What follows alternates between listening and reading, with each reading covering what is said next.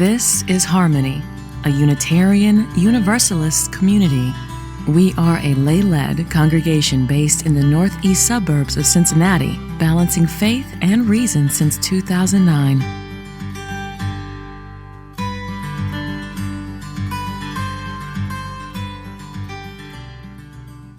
We'll move on. And in fact, I believe, Barbara, if I'm in the right place, is this your first slide? Yes, it is.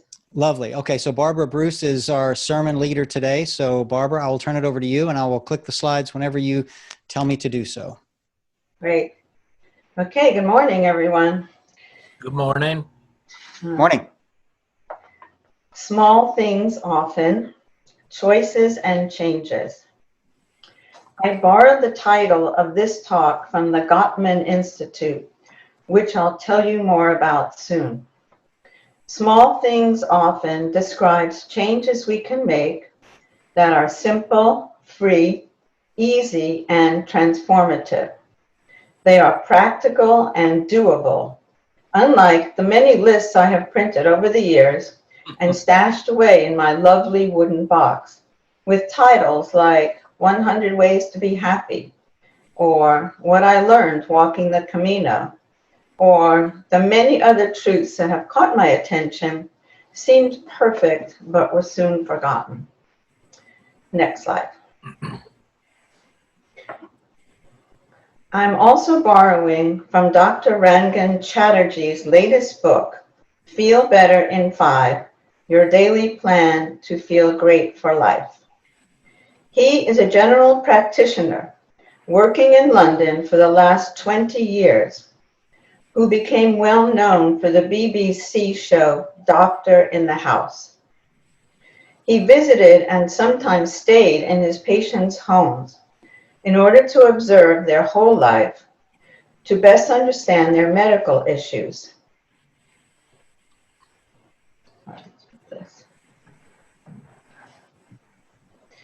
Is there stress? What are the primary relationships like? What do they eat? Do they exercise? Over years of serving patients in this way, he heard the same answer to suggestions he offered them about change in diet, meditation, exercise, etc. I don't have time. In this book, he sets out to prove you don't need a lot of time to make a change. Even things that previously have seemed hopeless or impossibly difficult can be turned around into doable and inspiring short bursts of good. Dr. Chatterjee proposes that simple changes require only the smallest amount of willpower, yet can have the potential to create significant consequences. The ripple effect happens. Something starts to feel good and it grows. A new habit is created. He suggests adding a new activity onto an already existing one that is an effortless part of your daily routine. What can you do while waiting for the shower water to get hot, the tea kettle to boil, the coffee to drip, the light to change? There are only a few minutes there at most, but it's enough. This material is divided into 3 categories: mind, body, and heart. We all mostly know what we should be doing to be healthy in these areas. We just don't do it. Let's start with mind. A poem. Next slide. Walk Slowly by Dana Falls. It only takes a reminder to breathe, a moment to be still, and just like that, something in me settles, softens, makes space for imperfection. The harsh voice of judgment drops to a whisper, and I remember again that life isn't a relay race, that we will all cross the finish line, that waking up to life is what we were born for. As many times as I catch myself charging forward without even knowing where I'm going, That many times I can make the choice to stop, to breathe and be, and walk slowly into the mystery. My son-in-law, Brian, puts a copy of the Pocket Pema Children in the same pants pocket where he keeps his phone. Many times a day, there's a choice, a reminder. Choosing not to pick up the phone becomes a gift to yourself, a space of time, of quiet, of reflection, of now, of remembering, and sometimes a gift of your attention to those around you. Thoughts from Allen Locos, a meditation teacher from Manhattan. He was on a plane to Burma with his wife when the small plane went down and caught fire. His foot became stuck when trying to exit, and as a result, he was burned severely. Most of the many doctors who cared for him thought it unlikely he would live. He did. There was a lot of pain, suffering, and years of rehab to rebuild his life. In his book, Through the Flames, he shares how the patience and acceptance he needed to face each new day grew from his practice. Here are some of my favorite parts. Living mindfully requires no output of capital, no purchase of equipment, and the most minimal investment of time. It is, without question, the greatest bargain available anywhere on earth. Being mindful is not difficult. Remembering to be mindful is difficult. Next slide. Another poem. On Meditating, Sort of, by Mary Oliver. Meditation, so I've heard, is best accomplished if you entertain a certain strict posture. Frankly, I prefer just to lounge under a tree. So why should I think I could ever be successful? Some days I fall asleep or land in that even better place, half asleep, where the world, spring, summer, autumn, winter, flies through my mind in its hearty ascent and its uncompromising descent. So I just lie like that while distance and time reveal their true attitudes. They never heard of me and never will or ever need to. Of course, I wake up finally thinking how wonderful to be who I am, made out of earth and water. My own thoughts, my own fingerprints, all that glorious temporary stuff.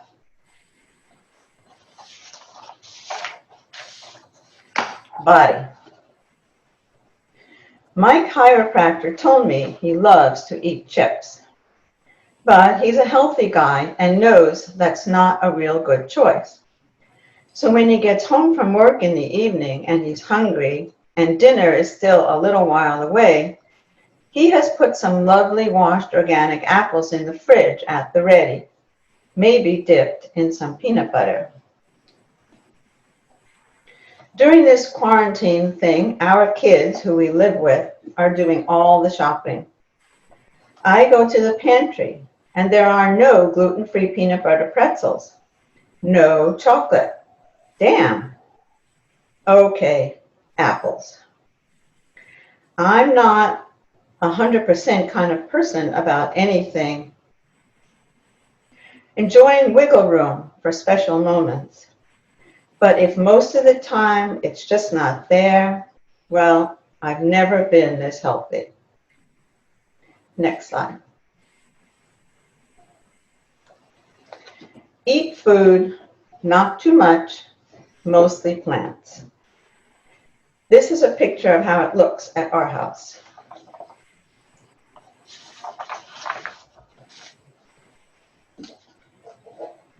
Okay.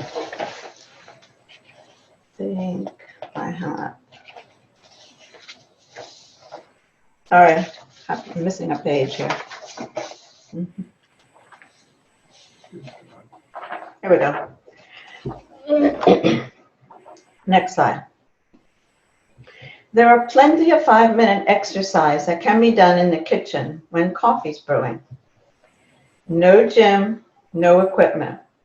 Get up from the desk, the couch to stretch. Walk. Walks with friends, your kids, your partner. Take the stairs. Movement. It's science. Heart. Here's where I want to tell you about the Gottman Institute. We found them somehow on Instagram.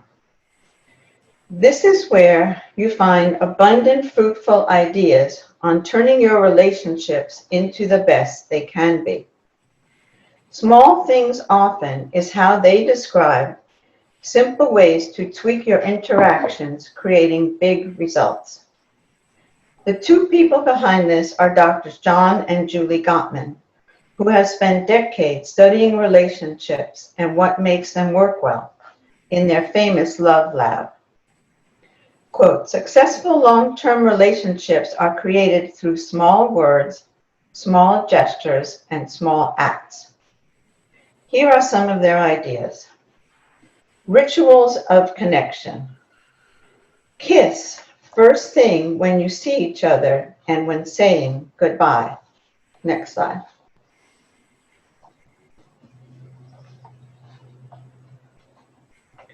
Here they recommend a 6-second kiss.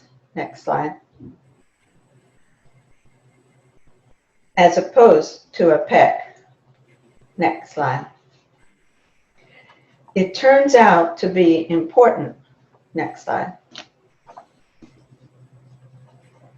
It says, you're important to me. You matter to me.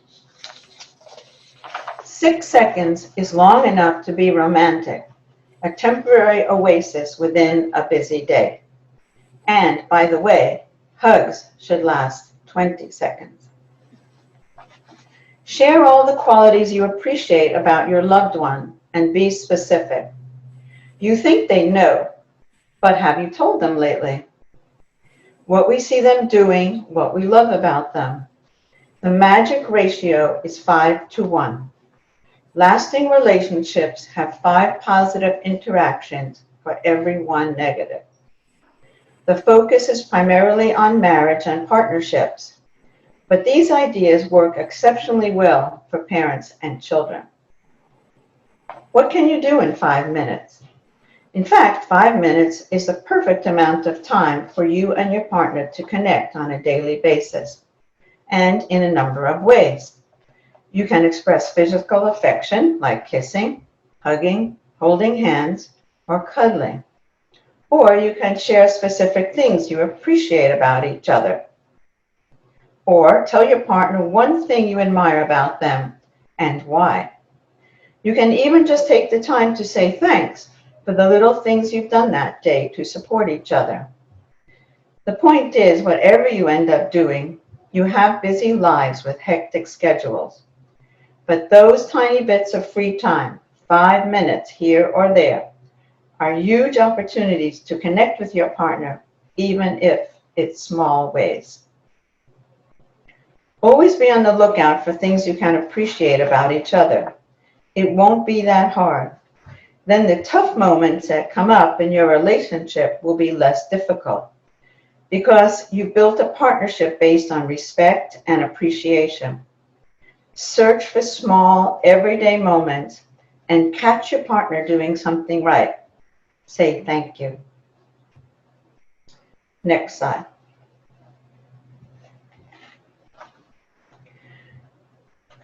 Dr. Chatterjee says he likes to make a pot of mint tea when he gets home from work. He and his wife can sit together, sometimes with their kids, to simply share what their days were like and reconnect. Next slide. The Gottman's recent book is titled 8 Dates, Essential Conversations for a Lifetime of Love. They say every great love story is a never-ending conversation. From the first tentative questions we ask as we got to know one another, to the nail-biting discussions of trust and commitment, to the most profound heart-to-heart explorations of our love, our pain, and our dreams. It's the qualities of our questions and answers that allow us to continue learning and growing with one another through the years. And when conflict comes, as it inevitably does when we weave two lives together, it's our commitment to being curious rather than correct that allows us to turn toward instead of away from one another in the moments of disagreement. A true love story isn't a fairy tale. It takes vulnerability and effort. The reward is that you love your partner more on your 50th anniversary than you did on your wedding night. You can stay in love forever. In this book, they stress making dedicated, non-negotiable time for each other a priority and never stop being curious about your partner. The book provides structure and inspiration for 8 dates.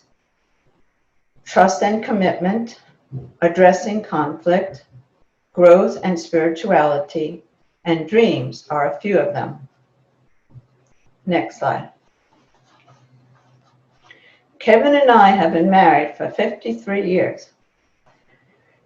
And yet these conversations have opened areas of our lives, allowing us to know each other in new and wonderful ways. Next slide.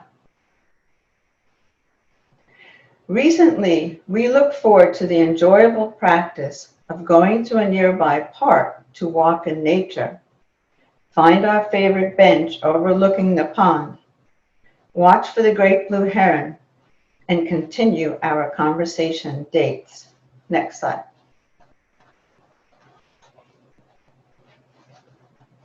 Next slide.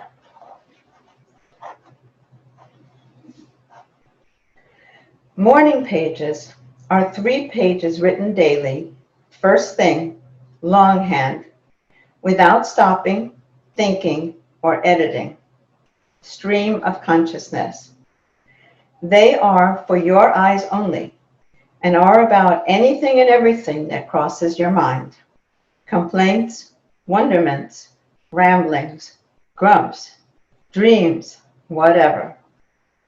I discovered them by reading Julia Cameron's book, The Artist's Way. She says, do not overthink morning pages. Just do 3 pages and then do 3 more tomorrow.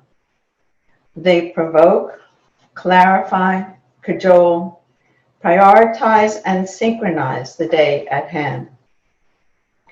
There were days when I was sure there was absolutely nothing to write, which turned out to be the very days that big, important chunks of my life were dumped onto the page, figured out, and understood for the first time.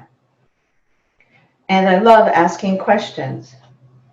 What if, I ask myself, I would really do what I know is good and healthy for my mind, body, and heart?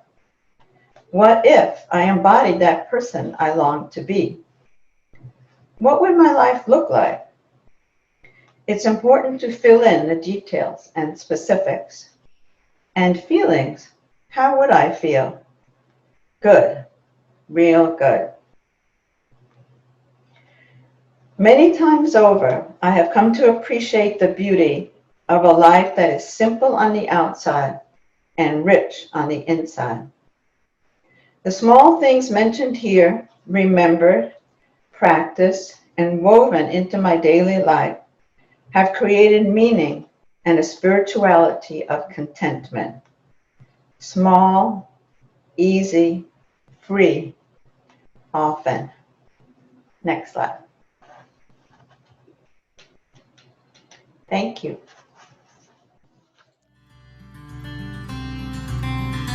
Thanks for listening to another episode of the Harmony UU podcast.